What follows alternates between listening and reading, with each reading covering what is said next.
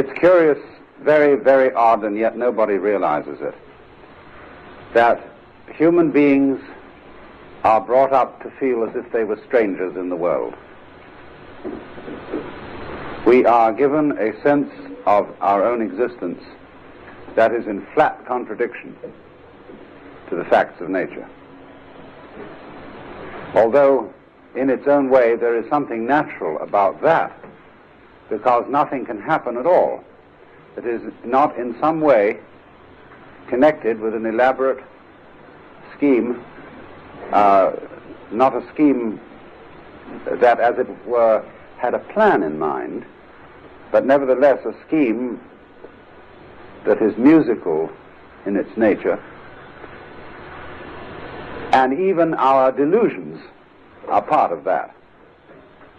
But nevertheless, they are sometimes extraordinarily odd, and we are given by our society, by our tradition and upbringing, by our culture, a very weird sensation of our own existence.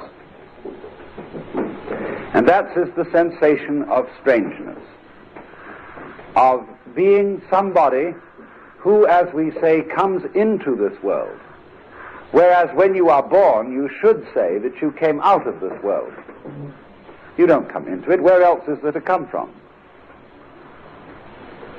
In the philosophy that we've inherited, however, and that underlies our common sense, there are some ideas which account for this sensation of strangeness. And I'm going to spend the first session examining the history of that. But what I want to say, to make things clear from the outset, especially to those of you who are strangers to these seminars, is that, strictly speaking, that which you feel most inwardly and intimately to be yourself, is obviously part and parcel of the works. We might say the plays, but what there is, we could say in a slangy way, the witch than which there is no witcher. The Hindus say tatvamasi, which is in Sanskrit saying that thou art. You're it. Only you're playing you aren't. And that's what it was always doing. But basically, never fear. What is absolutely central and fundamental to you is what the Christians might call God or the Godhead, and you're pretending you aren't. And you're pretending very cleverly, so that the illusion is extraordinarily convincing. Or if we put it in terms that do not require these, what we today call mythological concepts of God or Brahman or whatever, we can simply say that every individual is what the total cosmos is doing at a place called here and now, or a place called I. I is a pronoun of position, like this, here, so on. And so that's the way things actually work. And anyone can see it, and it can be proved to the satisfaction of anybody by purely physical evidence. Only we are trained to feel the exact opposite, you see, that we are little creatures sort of looking over our shoulders and wondering where the hell we are and what's going to happen next, and that this isn't our arrangement at all, and that we're caught in a great cosmic trap. O thou who didst with pitfall and with gin beset the road I was to wander in. You know, that kind of idea.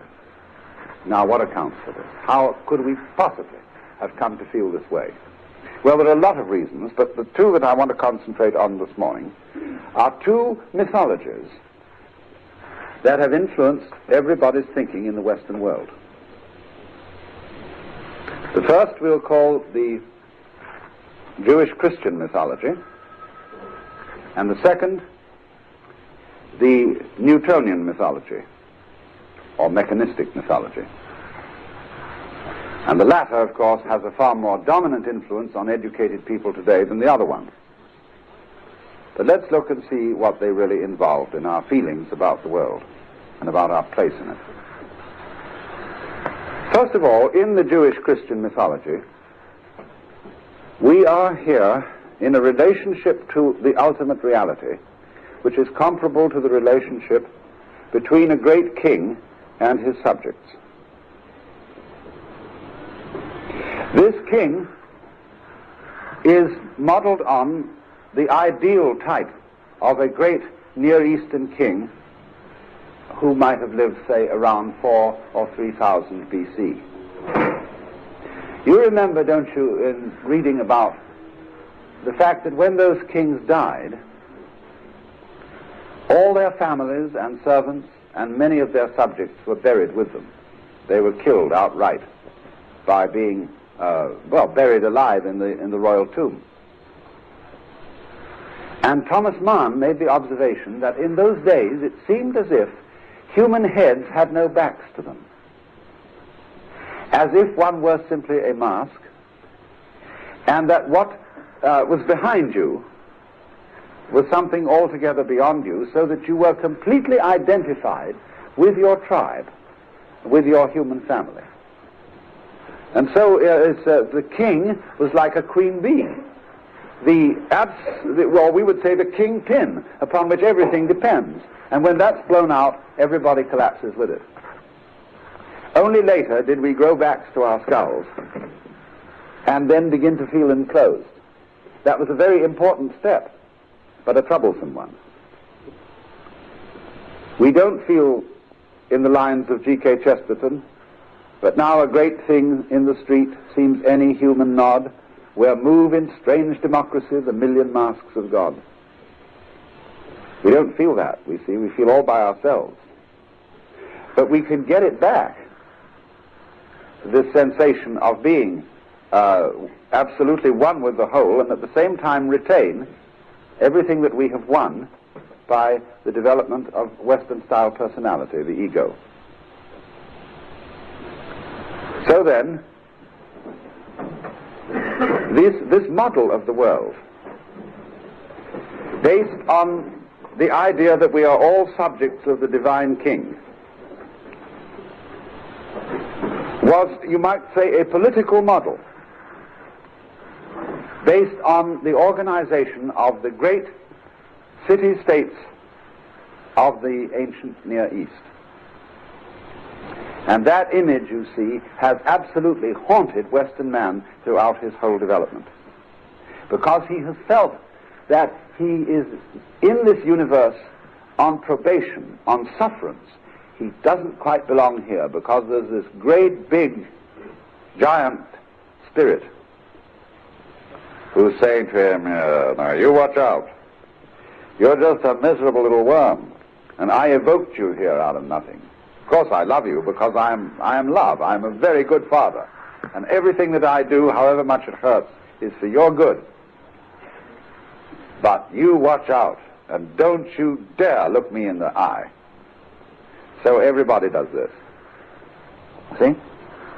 All those customs where the ruler is faced this way with head down, and so no looking at him directly, is based on this mythology.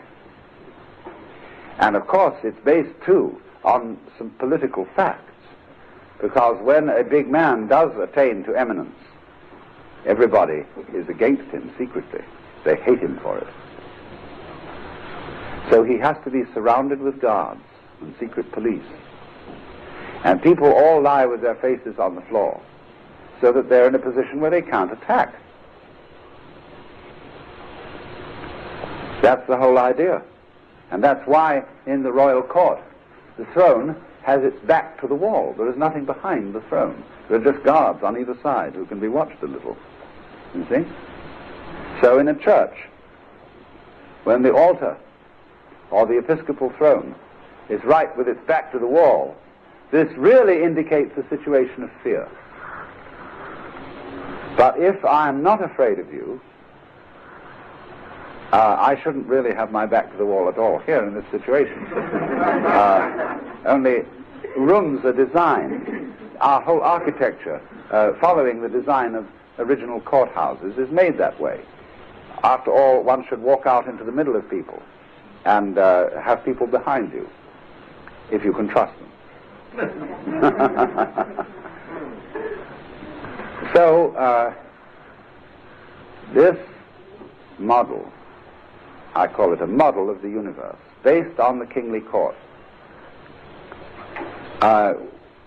did certain very important things for us. It gave us the idea, for example, of universal law. It lies at the roots of many of our best ideas of justice. But it bugged us. It really bugged us, because you felt that you were never, never free from the penetrating glance of an all-seeing eye that watched everything you do. I have a friend who is a humorous Catholic, and in her toilet she has the old-fashioned kind with a tank on the pipe going down to the seat. And right on that pipe there is a little tile with an eye on it. And written underneath in Gothic letters it says, "Thou, God, seest me." So everywhere there is no escape. At the most intimate moments or in the most intimate thoughts, you are under judgment. You are being watched. Big Father is watching you see? Now that made the Western world more and more and more uncomfortable. They couldn't stand it. They felt that this was the paradox involved. To believe in that kind of a God, a personal God, has this good thing about it, that it's saying that the ultimate reality, that which underlies everything that happens, is intelligent. And not only intelligent, but beneficent, even if in a rather stern and authoritarian way. But at least it's alive. The universe, in other words, has a heart. But we switched to the opposite mythology because we couldn't stand it. And in the course of the 18th and 19th centuries evolved the idea that the universe doesn't have a heart at all, that it is essentially stupid, and that we, sensitive, intelligent beings capable of love and all sorts of feelings, are an accident. A really deplorable accident. For what a monstrous system in which the tender, sensitive nervous systems that we are could appear in a world that consists principally of rock and fire. That is an impersonal, vast, gyrating nonsense which has no consideration for us men whatsoever. Now, why did such an idea possess the Western world? Why could it be that in the 19th century Freud could talk about the basic energies of the psyche as libido and compare them to the blind forces of brute emotions? You know, think of that language. At the same time, Ernst Haeckel and T.H. Huxley and so on were thinking about the world as the manifestation of energy. Say, Henri Bergson with the idea of the élan vital. What was the nature of this energy which manifested everything? Essentially, it was something like electricity. Now, electricity, it does wonderful things for us, but essentially electricity is rather dumb. You switch it on and switch it off. Supposing I could just switch you on and switch you off, you see? But just like that, say, please don't bother me anymore. And you'd vanish. But that's the you see, they thought of the world as being just a surge of like this, you see, but completely stupid.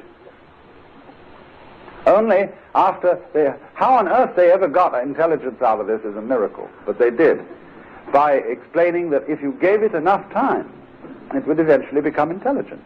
Well, that's the most nonsensical idea anybody ever thought of. That if just time, you see, would make things more complicated. Now, I want you to, this is the thing that is difficult today, because that idea of the mechanical universe, that is essentially dead, is a very persuasive one. And most intelligent people today, who are products of the college and that particular system of propaganda and indoctrination really feel that this is the case, that they are strangers in an alien world, and that when you die, it'll just be like you were a caterpillar that was squashed, and that will be that. That you're, in other words, an interlude of consciousness between eternal darknesses, and that's all there is. It doesn't mean anything. It is just that, and not much of that anyway. Not much of a that.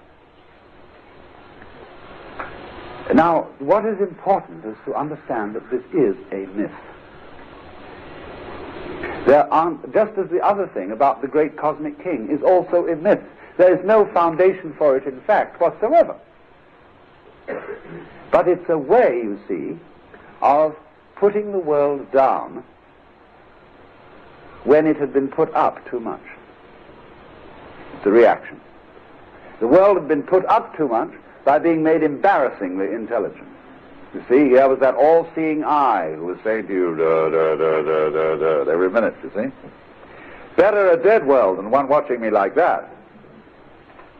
Now let's look at certain elements in the 19th century myths, the Newtonian myths, that are very interesting. First of all, let's consider what it says about the nature of human consciousness, of the mind, of being aware. There really is no such thing as a mind. What we call mind and life is a kind of scum that grows after a long time on the top of rocks. You see, it looks upon the human being as a cell-infested skeleton, just as it looks upon the earth as a life-infested rock. It sees no real connection between the rock, which is the earth, or the fiery metallic ball, and the life that's creeping on its surface. That's an excrescence. Now, excrescence means something that grows out of. But look how we use the word, an excrescence. It's something. It sounds almost like excrement. We use it in a deprecatory way. And you've got to watch very much how people use words and the tone of voice they put into them, because that shows you what game they're playing. So when they say life is an excrescence, or they got another word they had at those times, an epiphenomenon, a mere epiphenomenon. Note the word mere. That word does more damage in philosophy than any other one I know. It's merely energy, you know. You're all's the matter with you is you're merely nervous, you know, something like that. So, in this system of things, they explained that the whole world is merely mechanical, but that we are here is a sort of accident, and we are an excrescence, we are a fungus, we're a sort of growth like lichen on rocks. And that's all we are. Now, this was to say, on the one hand, that man is a product of nature. He's not the special creation of a supernatural God. But they didn't, as a result of feeling that man is a product of nature, become friendly with nature, as you would have supposed they might. They hated nature all the more, and all the more furiously, for bringing us forth, and therefore waged and initiated the war against nature that began with the 19th century and has been pressed into the 20th. The idea, in other words, that the only hope there is for the human spirit is to beat the environment into submission, because it's an alien environment. It's a hateful, mechanical, stupid bunch of nonsense. And if we don't get in there with our cleverness and power and smash it into submission, we have no future. We're just going to be wiped out one day when the sun gets too hot and blows up. And that'll be that. But before that happens, which will maybe 1 million years from now, we expect to inhabit other galaxies, to have the sun under control, you know, all sorts of wires fixed into it and things, and so that it'll behave itself. And then we'll rule the roost. Now, having examined then these two mythological forms which underlie the Western man's intense feeling of alienation and separateness, we have to go into another dimension of the question. And that is the influence upon who we think we are of our social institutions. We know that there are things like the family, marriage, the police, the courts, the law, the church, and we know that these are social institutions. But social institutions are far more subtle than those things. Time, for example, is a social institution because it is a matter of convention, that is to say, of coming together to agree to measure time in a certain way. And we have international agreement about that. Likewise, obviously, money is a social institution. So are weights and measures.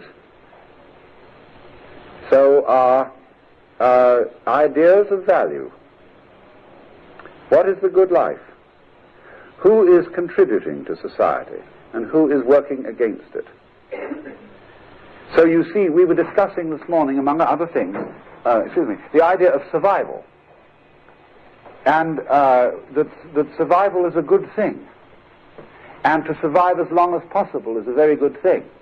But that is a form of social institution. It is something we have come to agree about. It isn't necessarily true in the sense that, shall I say, the French language is not a truer language than the English. But so long as people agree to speak a certain language, they can communicate. And they've decided that communication is a good thing. So any language that makes communication possible is a good language. And in a way, the more people who agree about it, the better. But it is a matter of agreement. You see, same way, the lines of latitude and longitude are conventions. They don't exist. You can't tie up packages with the equator. But it's a very useful idea. And so in the same way, the ways in which we have shaped the constellations, that we all agree that the stars called the Big Dipper look something like a dipper. And though, you know, there aren't any strings tying them together, the constellation is not there as a constellation. So, in a sense, we project our institutions onto the world in rather the same way that psychiatric patients project images onto a Rorschach blot. And what interests the psychiatrist is what sort of images this person produces. That tells him something about the person. In the same way, our social institutions tell us something about people. When we see some very exquisite pattern, we look at it and say, my, isn't that wonderful? Isn't that intelligent looking? I wonder who did it. Because we associate all intelligence with a who. And when you look at a plant, it's obviously intelligent. Its shape, its rhythm, all its wonderful tubes inside, its complex relationship to bees and birds, and to the surrounding atmosphere and light. This is a very intelligent affair. Now, in just the same way, we are related to the external world, as plants are, in amazingly complicated ways. And by and large, we don't notice them. Because the aspect of our consciousness with which we notice things is very limited. It notices what it calls facts, things and events, and pinpoints them, it pulls them out as significant. You see, when you remember coming here, and what you saw, and who was here, you only remember very tiny bits of the whole scene. You will not remember what very many people wore unless you happen to be interested in clothes. You won't really remember how they did their hair, what their styles were, unless you are peculiarly interested in hairstyles. You probably won't notice their shoes at all. And goodness knows what else that nobody has ever thought to notice. But when, under certain circumstances, our consciousness becomes expanded, as in mystical vision, you begin to become aware of things that you don't notice. One of the most important things that we don't notice is space. Most people regard space as nothing. It's just a void in which we move around. But actually, space is terribly important. It has properties. We are all something happening in space in rather the same way that a whirlpool occurs in water. Space has terms in it. It has ripples in it. It has places where it's denser than at other places. And this is all becoming clear in physics. But it's certainly not impinged upon the consciousness of the average intelligent person. There is no manifestation of energy without space. Also, we can drag in time, but I don't want to make it complicated. I want to make this little image as simple as possible so as to understand the importance of space. That is to say, of the surroundings of things, of the background. And the background is ignored in ordinary consciousness. But in mystical consciousness, the background becomes important. You become aware vividly of the fact that you, as an individual,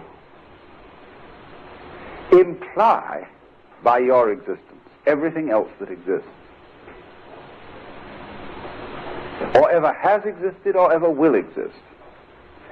You can't exist as the kind of person you are without all that.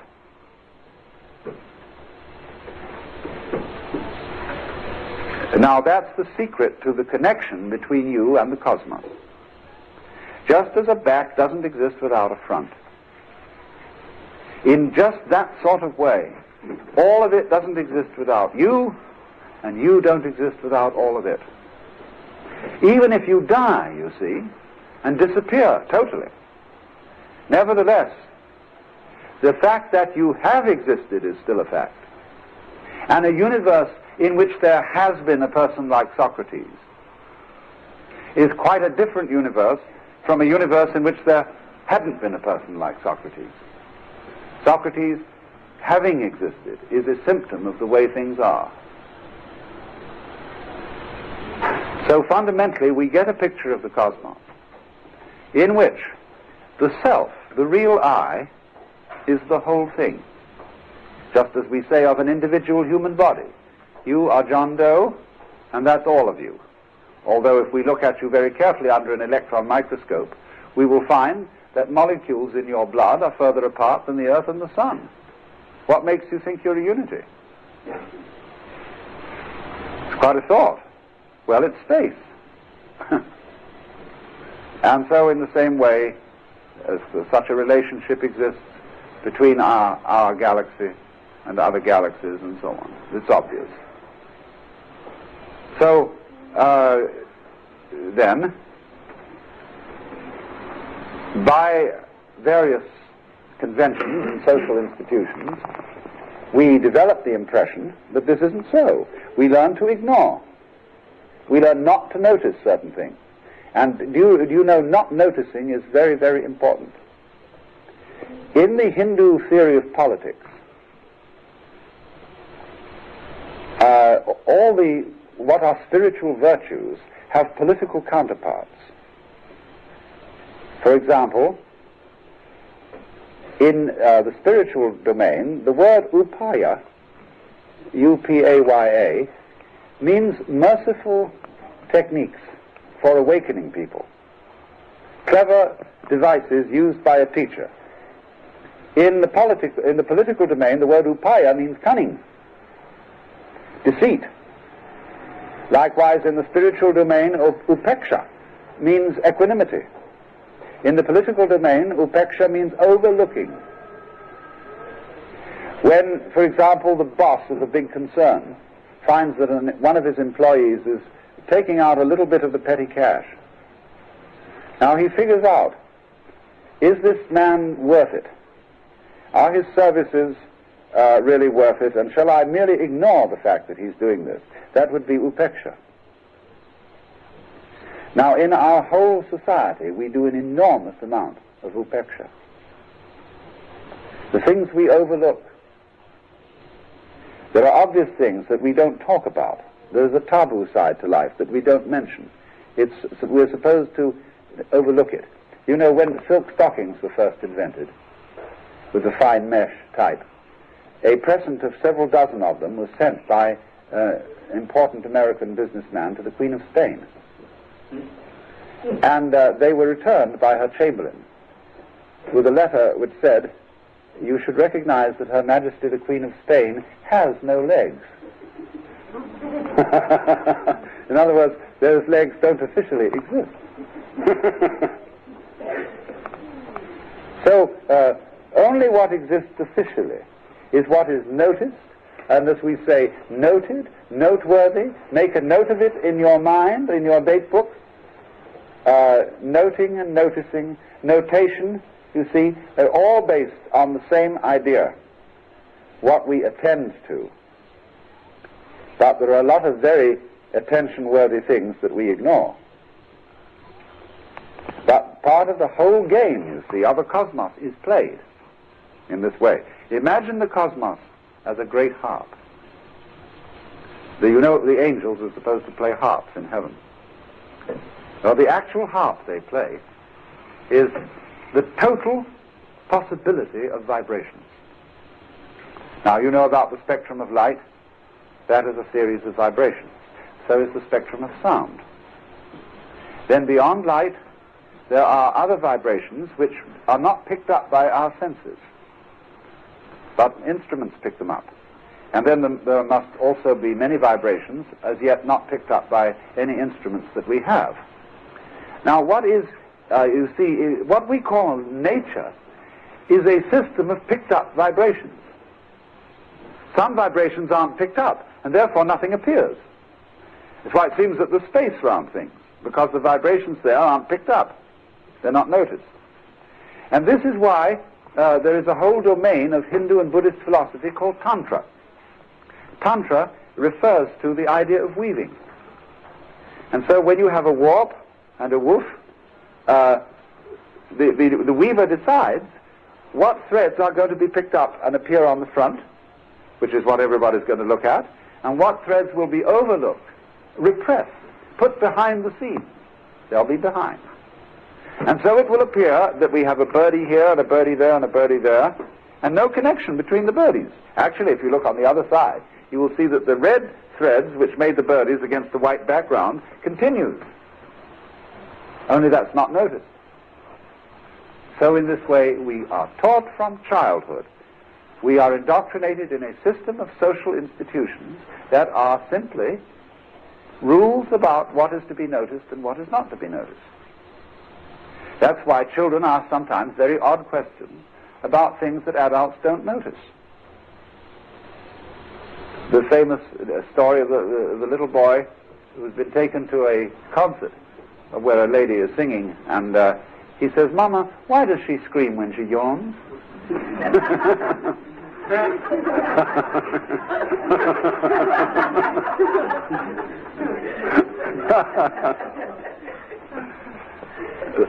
So, and in the same way, inventive poets put together images that people never thought of before. It's like Yeats's famous phrase, "the be-loud glade." You know, it is a beautiful idea for a nice glade to be be-loud. And everybody says, "Wow, think of that. We never thought of that before. We never thought of it just that way. We didn't notice that." And the question, the fundamental koan, as it would be called in Zen, is what is it you haven't noticed?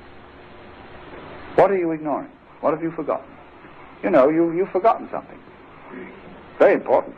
It's like you came in here, you know, without clothes on, in a sort of fit of absent-mindedness. I look at you and say, "Haven't you forgotten something?" You say, "What? Well, oh, good heavens.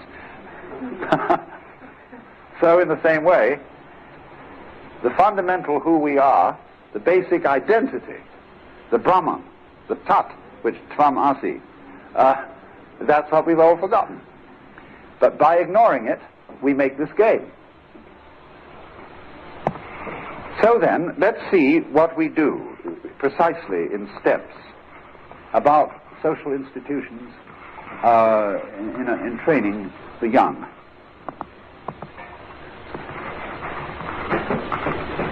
First of all,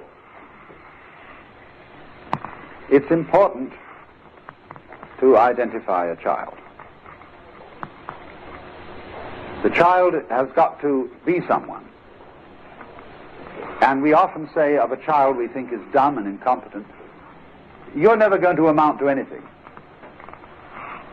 You're just going to be unimportant. You're going to be something unnoticed. So a child has to find out the approved way of drawing attention to itself. If a child succeeds in not drawing attention to itself, it won't get fed, for one thing. So the very first yell of a baby is, in a way of getting attention. And that's what we want people to do. But we want a certain kind of way of asking for attention. We don't like it when babies howl and get attention that way. But it gets attention because it's annoying, and we want to stop it. So we fundamentally want people to love us. And we don't believe that they will, unless somehow we put them in a situation where they must. So we have all kinds of processes for charming people and eliciting their love. They range, you see, from, first of all, on one end of the spectrum, from being physically attractive. That elicits attention. Another way is to be funny. And people laugh, and they like you having something around that's funny. Another way is to be helpful, to wash the dishes and things like that. That's good. Another way is to be weird. Only that's a little disconcerting. You have to be careful how you play that one, or they may put you in a place where you're not seen.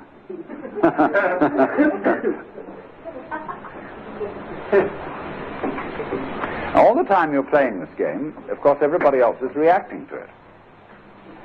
And they're talking to you, they're giving you messages about the kind of attention-making scene you're playing. And they don't want you to do anything in this game that will discombobulate them.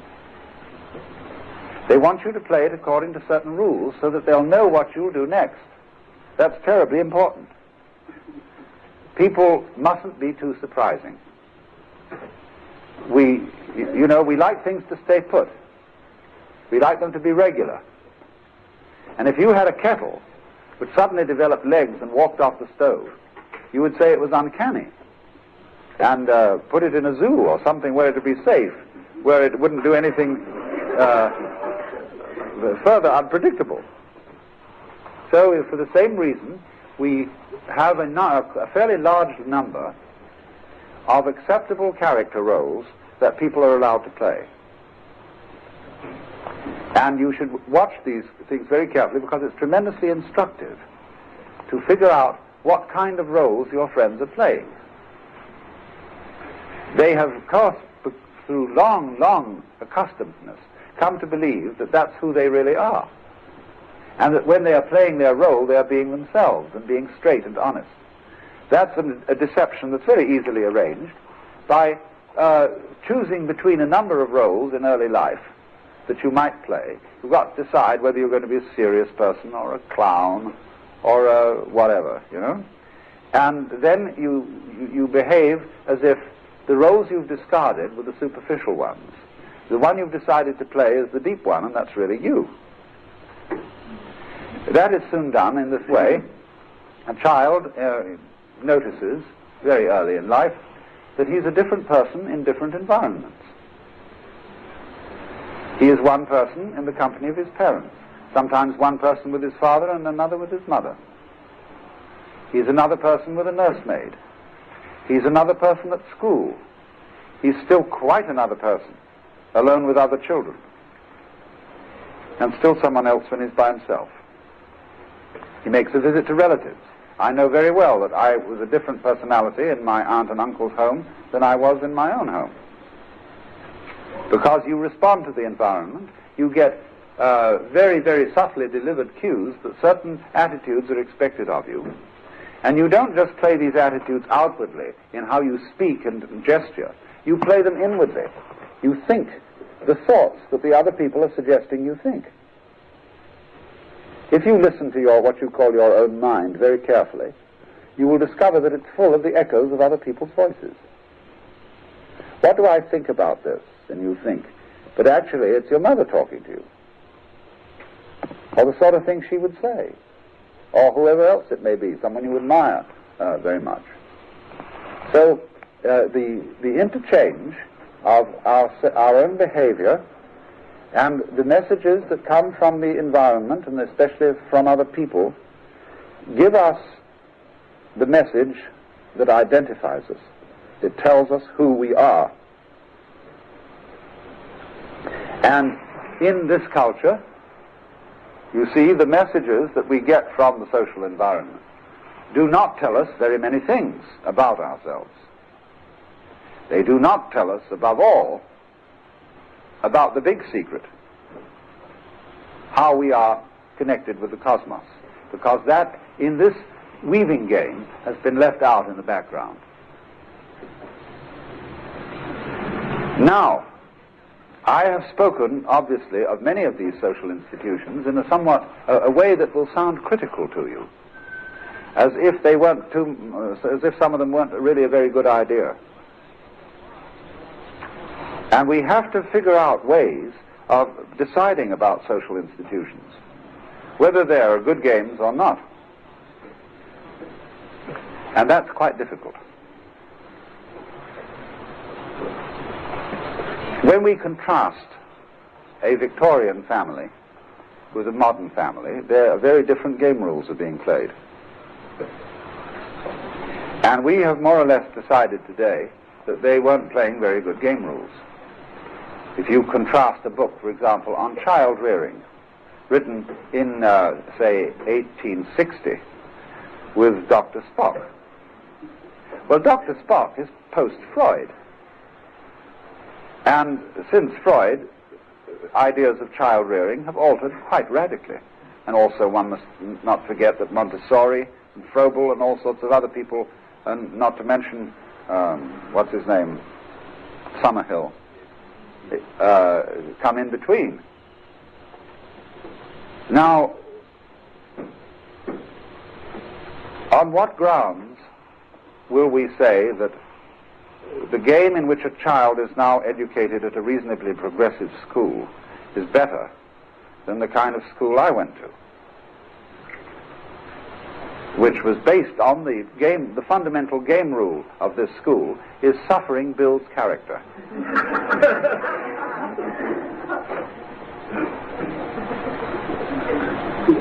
And therefore you could mistreat somebody out of compassion, that it is good for him.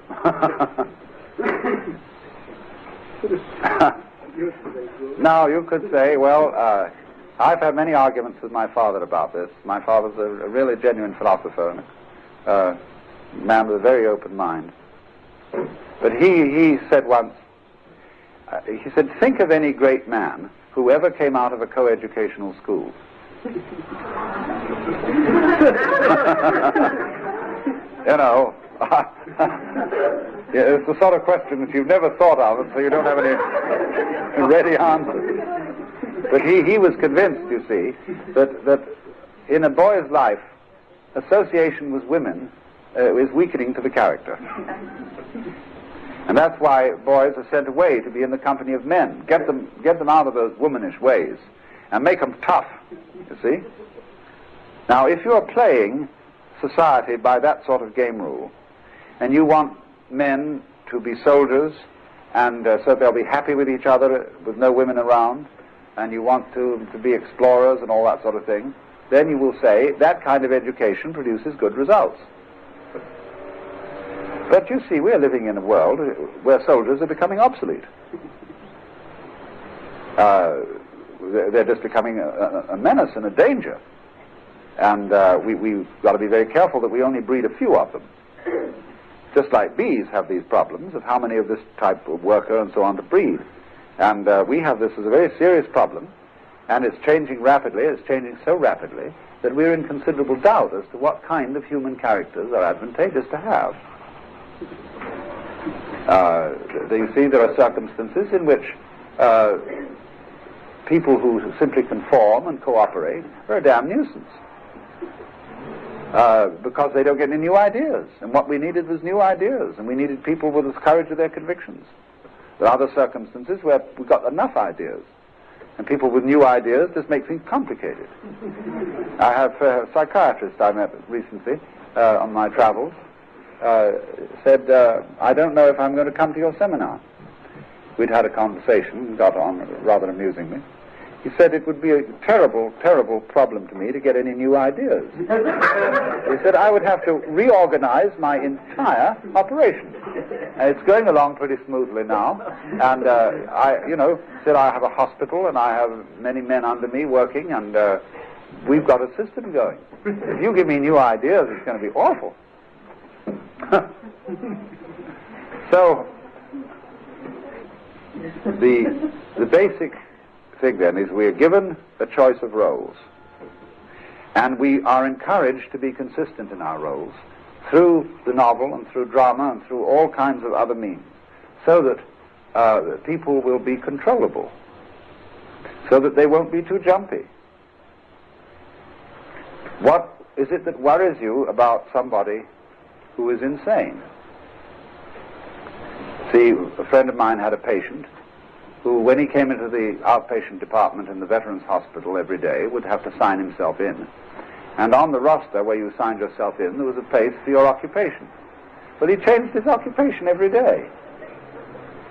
And one day, when my friend received the card, that he signed as he comes in, he said, "Oh, I see you're the mailman today." And he said, "Yep, and I'm married to a mailbag."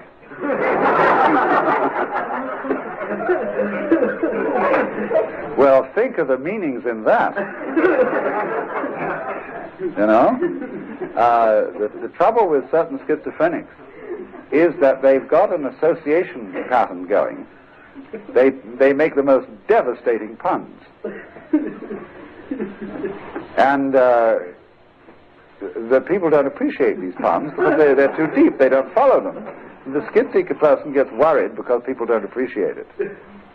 And he sees how everything goes together and plays this language, and if people don't appreciate it, it leads to trouble. Well, it so happens that my friend is very sharp and loves that kind of message, and they got on very well together. He finally explained to him how to use languages, how to say the right things on the right occasion, because these nuts called sane people won't understand you if you make that pun.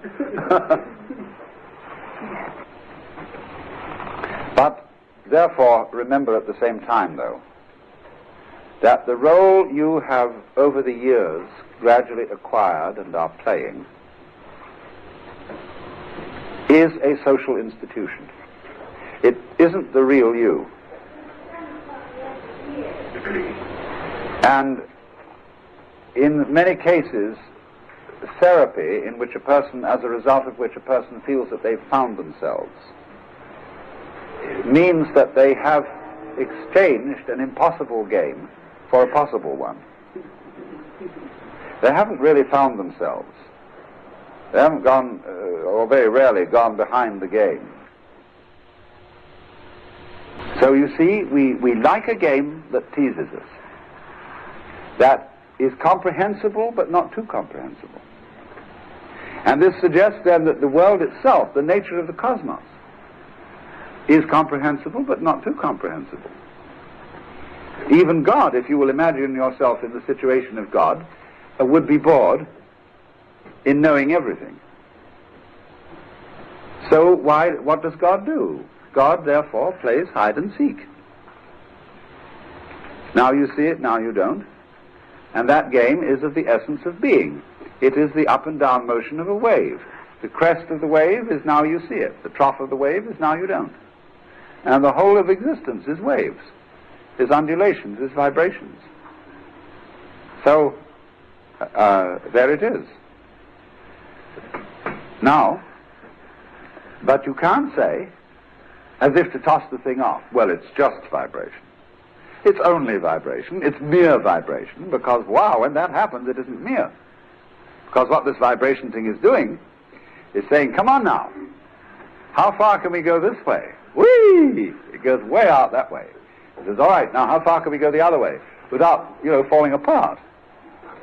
And then it goes way out like that. Then suddenly it falls apart because it's found out that by falling apart in this dimension, you can come into being in another.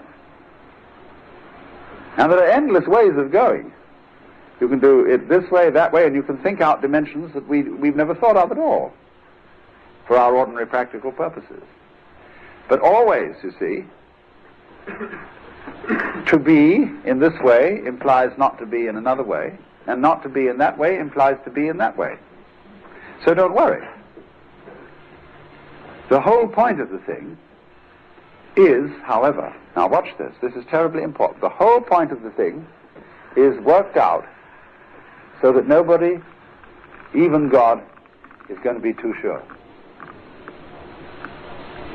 Because if the moment there is total certainty, there is no life.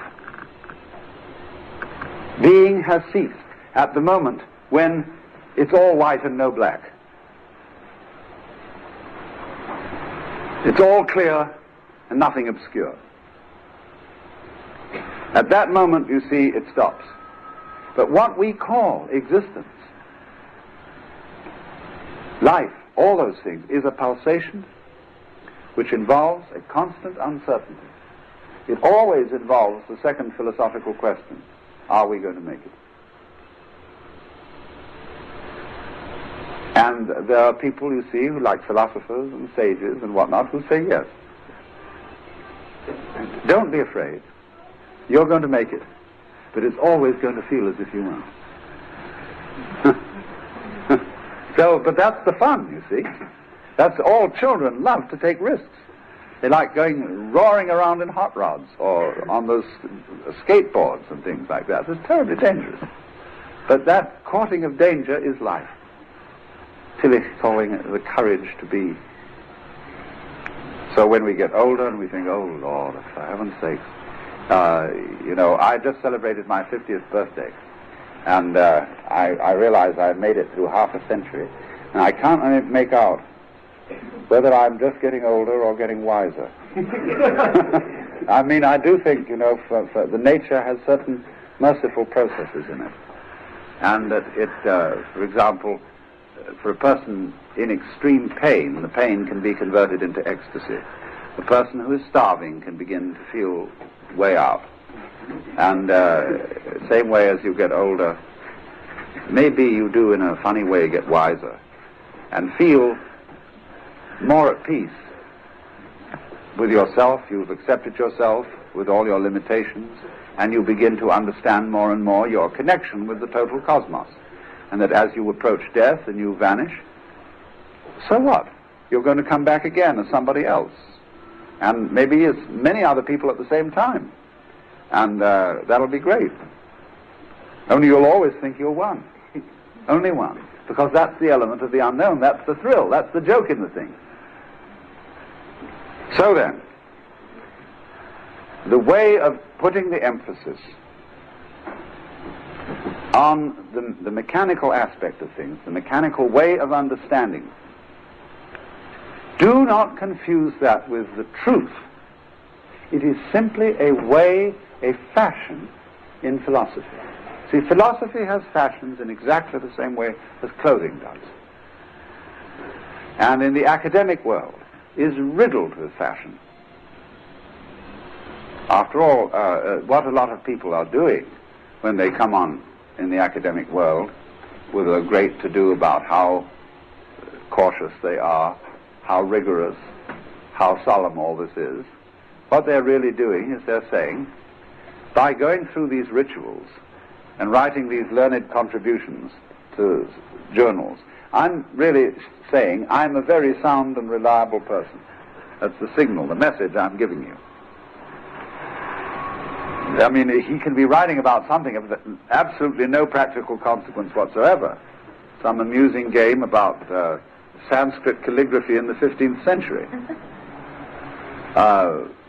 Fine, you know, that's fine to study that. And you come on with such a very way about it.